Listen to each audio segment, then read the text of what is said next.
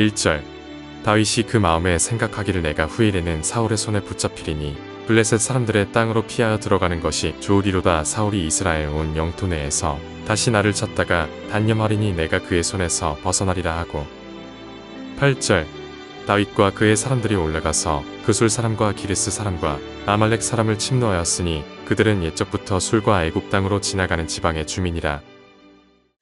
오늘 아침 우리는 이제 사무엘상 27장 함께 살펴보기를 원합니다.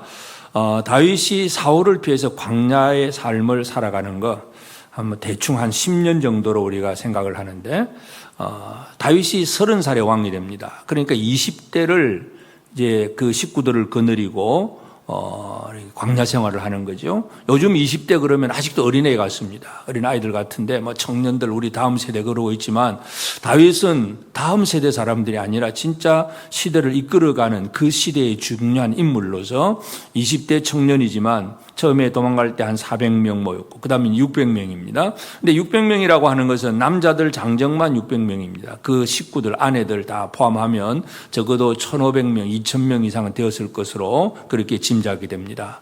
근데 이제 이 다윗이 이제 엔게디의 뭐 아둘람 뭐 이렇게 또 이런 여러 하길라산, 십광, 황무지, 마온 황무지 이 광야를 이리저리 방황하면서 돌아다니다가 이제 오늘 27장에 보면 다윗이 이제 생각을 합니다. 마음에 생각하기를. 근데 이 마음의 생각이 자기의 마음에 맞는 생각을 해내는 거예요.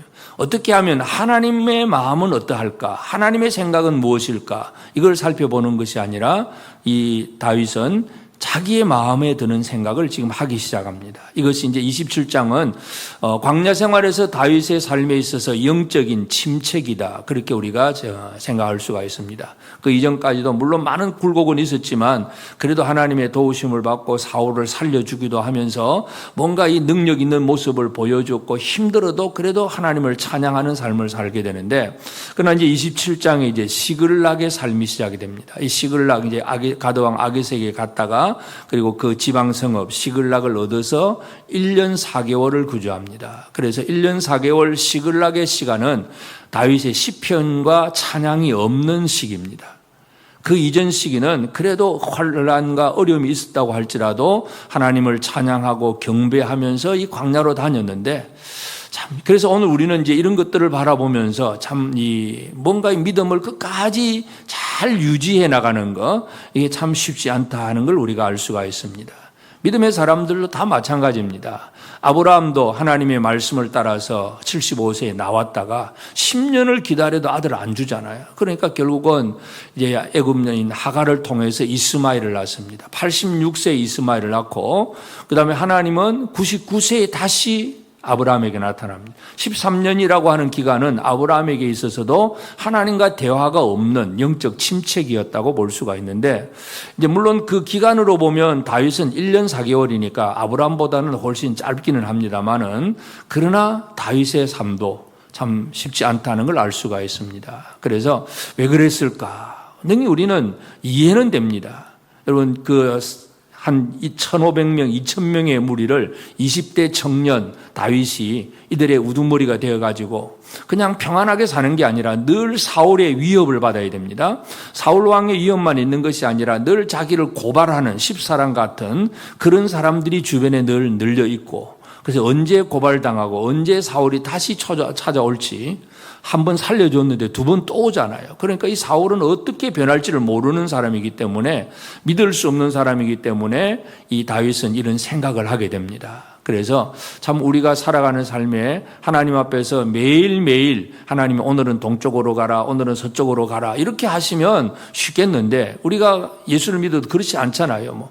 우리 아침마다 기도한다고 하나님이 아침마다 오늘은 이래라 저래라 응답하십니까? 결코 그렇지는 않습니다. 일상의 삶 속에서 우리는 우리가 판단하고 생각하고 또 그렇게 살아갑니다. 그러면서도 우리는 늘 하나님 말씀대로 살려고 애를 쓰느냐 아니면 내 중심으로 생각하느냐, 이제 여기에 달려 있습니다. 그래서 다윗의 생각은 첫 번째가 뭐냐 하면 생존을 위한 전략을 짜는 것. 하나님 앞에 응답받는 삶이 아니라 어떻게 하면 살아남을 수 있느냐. 사울의 위험, 또 주변 사람들의 고발하는 이런 사람들의 위험들, 이런 것에서 어떻게 하면 벗어날 수 있을까? 이제 이 광야에 한 7, 8년 이상의 그 광야를 계속 다니다 보니까 결국 그런 생각을 할 수밖에 없습니다. 어쩌다가 한번 광야 나가는 것 가지고는 별 두려움이 없지만 그 집도 없고 아무것도 없이 광야로 또 동굴로 막 이런저런 곳으로 막 도망 다니던 세월이 7, 8년이 지나다 보니 다윗의 생각도 능히 우리는 이해가 되고 또 짐작이 됩니다. 우리 같아서도 뭐 별 다를 거 없을 것 같습니다. 그러나 하나님의 도우심이 분명한 다윗이지만 하여튼 그런 계속되는 고난 속에서 이제 이 다윗은 생각을 합니다. 그래서 내가 이 후일에는 사울의 손에 붙잡히리니 블레셋 사람의 땅으로 피하여 들어가는 것이 좋으리로다. 이제 자기의 판단이 들어갑니다. 자기 생각과 판단이 들어가고, 그래서 사울이 이스라엘 온 영토에서 다시 나를 찾다가 단념하리니 사울의 영향력에서 벗어난다는 것. 근데 문제는 사울의 영향력에서는 벗어나지만 블레셋 가드 아기스의 영향력 속으로 들어간다는 것, 이건 계산을 잘 안 하고 있습니다. 물론 그 가운데서 사울이 자기 나름대로의 방어를 하긴 합니다. 그래서 가드 왕 아기스에게 가서 이제 망명을 하면서 내가 어떻게 왕과 함께 왕도에 살겠습니까? 저 지방 성읍 하나만 주세요. 왜냐하면 전에 한번 가드왕 아기스에게 갔다가 신하들이 막 또 시기하는 걸 듣고 그때 막 미친 채 해가지고 도망을 나왔기 때문에 분명히 가드왕 아기스와 함께 산다는 것은 위험성이 있다는 걸 알고 있기 때문에 그래서 지방 성읍 하나 달라 그래가지고 가드왕 아기스는 또 허락을 해줍니다. 왜냐하면 가드왕 아기스가 아무리 사울이 다윗을 죽이려고 하고 다윗이 자기를 사울을 피해 다니는 처지라고 할지라도 블레셋과 이스라엘과의 전투가 벌어지면 분명히 다윗은 블레셋 사람의 편이 아니라는 걸 아기스가 알고 있기 때문에 다윗이 자기 편으로 왔다는 사실에 대해서 이 아기스는 아주 환영을 하고 그리고 다윗이 요구한 대로 시글락이라고 하는 성읍을 줍니다. 이 시글락이라고 하는 성읍은 원래 여호수아 때에 가나안 땅을 정복을 했을 때에 유다 지파의 땅이었습니다. 그러니까 유다 지파가 가지고 있는 그 땅 중에 유다는 땅이 너무 많다 보니까 나중에 시므온 지파에게 줍니다. 그러니까 시글락은 원래 유다 지파가 차지했다가 시므온 지파에게 넘겨준 땅인데 그 이후에 어떻게 되다 보니까 또 블레셋이 점령을 하고 있는 땅이 되었어요. 빼앗긴 땅입니다. 그래서 가드왕 아기스는 시글락을 줍니다. 이 시글락이라고 하는 그 지명의 뜻은 굴곡, 아주 굴곡이 심한, 그래서 우리 인생을 얘기할 때 아주 평탄하냐 굴곡이 심하냐 그렇게 우리가 이해를 합니다. 시글락의 삶은, 시글락의 다윗은 굴곡의 삶이라는 걸 알 수가 있습니다. 평탄하지 않다는 얘기입니다. 그래서 참 이 시글락에서의 다윗의 삶은 참으로 하나님 앞에서도 뭔가 좀 문제가 있는 것 같고 또 스스로도 뭔가 자기 나름대로는 한다고는 하지만 그러나 여전히 아직도 문제가 있는 그런 삶입니다. 우리가 예수를 믿는 성도들의 삶에 있어서도 늘 성령으로 매일매일 충만하지는 않습니다. 어떤 사건이 벌어져서 기도하고 충만해지긴 하지만 또 충만함이 없어졌다가 또 다시 어떤 사건에 통해서 또다시 성령 충만을 반복적으로 체험을 하게 되는데 이 굴곡입니다. 그래서 다윗도 지금 시글락의 삶은 굴곡에 있어서 내려간 자의 삶이에요. 그래서 하나님을 생각하지 아니하고 자기 생각을 하게 되고 자기 판단을 하게 되고 사람을 의지하게 되고 그래서 사울을 피하는 방법을 내가 아기스에게로 가야 되겠다 이 생각을 하고 출발을 하게 됩니다. 그래서 이 아기스가 이제 다윗을 영접을 해주고 그리고 그곳에서 시글락 성읍을 줍니다. 그래서 특별히 여기에 이제 사무엘서를 기록한 저자는 이 다윗이 1년 4개월이라고 하는 기간을 살았다는 기간을 분명하게 또 기록을 해놓습니다. 그 앞에 몇 년 살았는지는 기록을 안 하는데 1년 4개월. 결국 1년 4개월이라는 의미는 뭐냐 하면 1년 4개월 후에 다윗이 왕이 된다는 얘기입니다. 블레셋과의 전쟁이 벌어지고 그 사울이 죽고 결국 바로 다윗이 왕이 됩니다. 쉽게 말해서 그 앞에 한 7, 8년의 세월을 광야에 고생을 하긴 했지만 조금 더 참았더라면 조금 더 인내했더라면 바로 블레셋에 가는 이런 굴욕적인 사건 없이 왕이 될 수도 있었겠는데 하는 그런 얘기. 물론 우리는 이제 이것이 가정하에서 하는 얘기긴 하지만 우리가 참 이 인내의 삶을 살아가는 삶을 보면 조금만 더 참았더라면 하는 것들을 우리가 한번 지내놓고 나서 후회하는 분들도 꽤 있습니다. 그때 내가 조금만 더 참았더라면 조금만 더 기다렸더라면 하는 그런 생각들. 그러니까 결국 시글락의 삶은 바로 자기 생존을 위한 목적이었고, 그리고 광야의 어려움을 더욱 견디지 못한, 참지 못한 삶이었다는 걸 알 수가 있습니다. 그래서 시글락의 삶이 시작이 되고 영적 침체기의 삶입니다. 물론 또 이제 시글락에 사는 방법은 생존하기 위해서니까 먹고 살아야 되잖아요. 살아야 되니까 결국은 그 시대는 주변 이웃 나라를 치고 전쟁을 하고 막 전리품을 빼앗아오고 하는 그런 일들이 흔히 있었습니다. 물론 이제 시글락이라고 하는 영토를 주었기 때문에 농사도 짓고 무슨 일도 하긴 하겠지만, 이제 다윗의 그 활동은 이제 나가서 유다 저 남쪽 네게브 지역으로 내려가서 아말렉 족속을 칩니다. 아말렉은 하나님께서 진멸하라고 하신 족속인데, 사울은 그 아말렉을 진멸하지 않고 하나님의 말씀에 불순종하고 하나님 앞에 버림을 받았습니다. 그러니까 여전히 아말렉이 활동을 하고 있습니다. 그래서 다윗이 내려가서 시글락에 있다가 저 남쪽 네게브 지방 그 광야로 내려가서 아말렉을 치고, 그리고 그들에게 전리품을 다 빼앗아 옵니다. 그러면서 그들을 한 사람도 살려두지도 않습니다. 요즘 말로 하면 아주 막 학살 전쟁 같은데 아주 끔찍한 사건들이 많이 벌어지죠. 그러나 그 시대가 그런 시대입니다. 그래서 그 다음에는 이제 그 전리품을 가지고 가드왕 아기스에게 또 갑니다. 보고를 해야 되잖아요. 보고를 하고 환심을 사야 되기 때문에. 그래서 어디 갔다 왔느냐? 그러니까 내 저 유다 남쪽 저 네게브 지역에 갔다 왔습니다. 그러니까 이제 아기스는 또 안심을 합니다. 이 다윗이 유다 족속을 치고 있다고 그렇게 생각을 하고, 그러니까 다윗은 생존을 위해서 이리 속이고 또 저리 속이고 하는 그런 속이는 거짓말의 삶을 살게 되고, 그 거짓말의 삶 속에는 다윗이 늘 그 속에 무엇이 있느냐 하면 두려움이 가득합니다. 두려움. 그래서 11절에 보면 다윗이 그 남녀를 살려서 가드로 데려가지 아니한 것은 그의 생각에 그들이 우리에게 대하여 이르기를 다윗이 행한 일이 이러하니라 하여 블레셋 사람들의 지방에 거주하는 동안에 이같이 행하는 습관이 있었다 할까 두려워함이었더라. 결국 가드왕 아기스에게로 가서 사는 것은 또 두려움입니다. 광야를 살아갈 때도 사울에 대한 두려움, 그리고 블레셋 땅 시글락에 들어갔을 때도 두려움. 참 이 두려움을 해결하지 못하는 것, 이것이 참 우리에게 있어서 또 큰 문제일 수도 있습니다. 오늘 우리의 삶이 진짜 두려움이 없는 삶인지, 이래도 걱정 저래도 걱정, 늘 두려움의 삶인지 한번 살펴보시길 바랍니다. 믿음의 삶은 우리가 주일날 바라봤던 그 다니엘서의 사드락 메삭 아벳노고처럼 하나님은 살아계신 하나님이고, 하나님은 우리를 보호하신 하나님이고, 하나님께서 우리를 푸른 불에서 건져내실 것이고, 그렇게 하지 아니할지라도 우리는 절대로 우상에게 절할 수 없다. 이것이 바로 두려움이 없는 삶입니다. 그래서 오늘 우리 안에 있는 이 내 속에 조그만한 두려움이라도 있다면 이 두려움을 이기기 위해서 거짓말을 해야 되고 또 어떤 생존 전략을 머리로 짜내야 되고 하는 그런 일들이 벌어집니다. 그래서 오늘 이 아침 우리가 기도해야 될 제목은 우리가 어떤 상황 속에서도 결코 두려워하지 않는 생활. 사탄은 늘 우리에게 두려움을 심어줍니다. 이거 안 될 것 같고 저거 안 될 것 같고, 그래가지고 생존 전략이라고 짜내는 것이 늘 하는 우리 입에서 나오는 말이 있습니다. 어쩔 수 없어. 할 수 없어. 이거 지금은 어쩔 수 없는 거야. 그러면서 늘 어쩔 수 없다는 상황 윤리를 앞세우고 그냥 자기 합리화를 만들어내고, 그러면서 그냥 괜찮다고, 자기 스스로 괜찮다고 다독거립니다. 그러나 그것이 결국은 영적인 침체기라고 하는 사실을 기억하게 됩니다. 우리는 두려움 없이 하나님을 신뢰하는 믿음을 가지고 담대하게 하나님께 늘 의지하는 생활.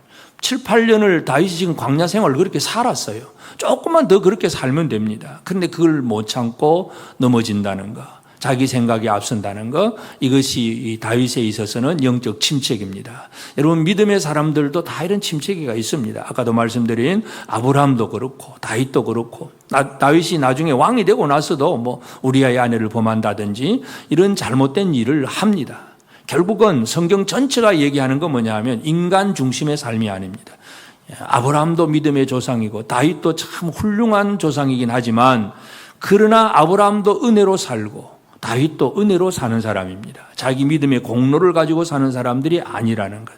그래서 우리의 삶에 있어서도 철저하게 예수 그리스도의 은혜만이 우리의 삶의 근거라는 사실을 다시 한번 기억하면서 오늘 우리가 이 땅을 살아갈 때에 우리가 이 시글락의 삶이 되지 않도록, 굴곡의 삶이 되지 않도록 늘 하나님 앞에 말씀 위에 든든히 서서 두려움 없이 살아가는 그런 삶을 살아내는 우리 모두가 되어지기를 주의 이름으로 축복합니다. 기도하십시다.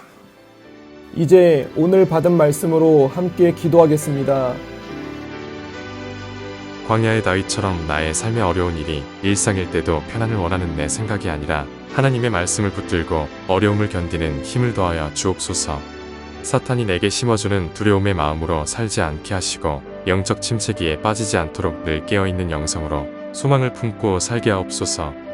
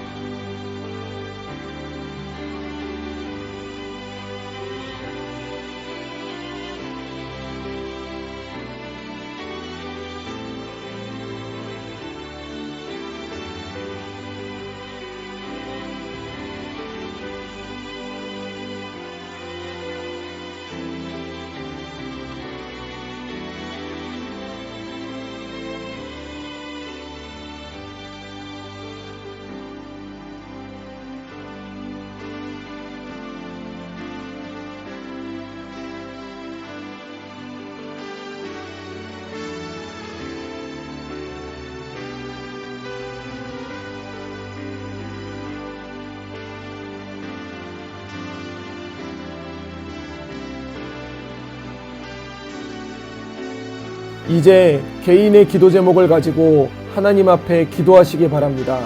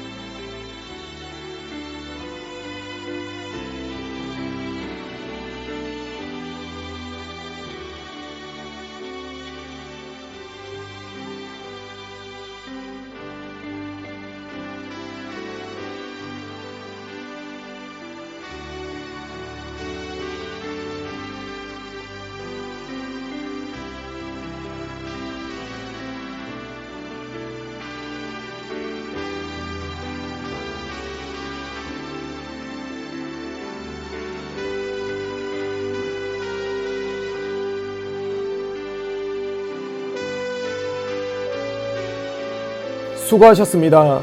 오늘도 하나님의 인도하심 가운데 승리의 하루를 보내시는 우리 재건부평교회 모든 성도님들이 되시기를 주님의 이름으로 축복합니다.